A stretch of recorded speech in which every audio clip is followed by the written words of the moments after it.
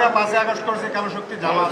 এইটা আমি আপনাকে বলি, এই কথাটা আমি নিশ্চিতভাবে বলবো, আমি মুক্তিযুদ্ধের পক্ষের মানুষ না, তাদেরকে আমি কালো শক্তি বলি না। আপনারা আমাকে দেখান, তাইলে আমি বলবো।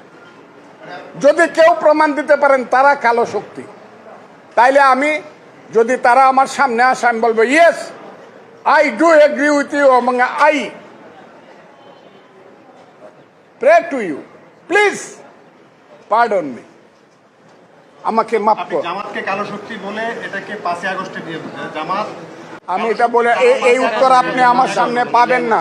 তাহলে কি আপনি বলছেন যে আপনার যে বক্তব্যটা সামাজিক যোগাযোগ মাধ্যমে ভাইরাল হয়েছে সেটা কোনো ভাইরাল হয় নাই, এটা ইউটিউবে অনেক কিছু করা যায়, কথাটা বুঝেন। আমার বক্তব্যটা সামনে না আপনারা বাজান, যদি আমার কোনো ভুল হয়ে থাকে, কেউ হয়ে থাকে, আমাকে বুঝাইতে পারে দেখেন আপনি ভুল কইছেন, তাইলে আমি সঙ্গে সঙ্গে হাত জোর করে মাফ করি।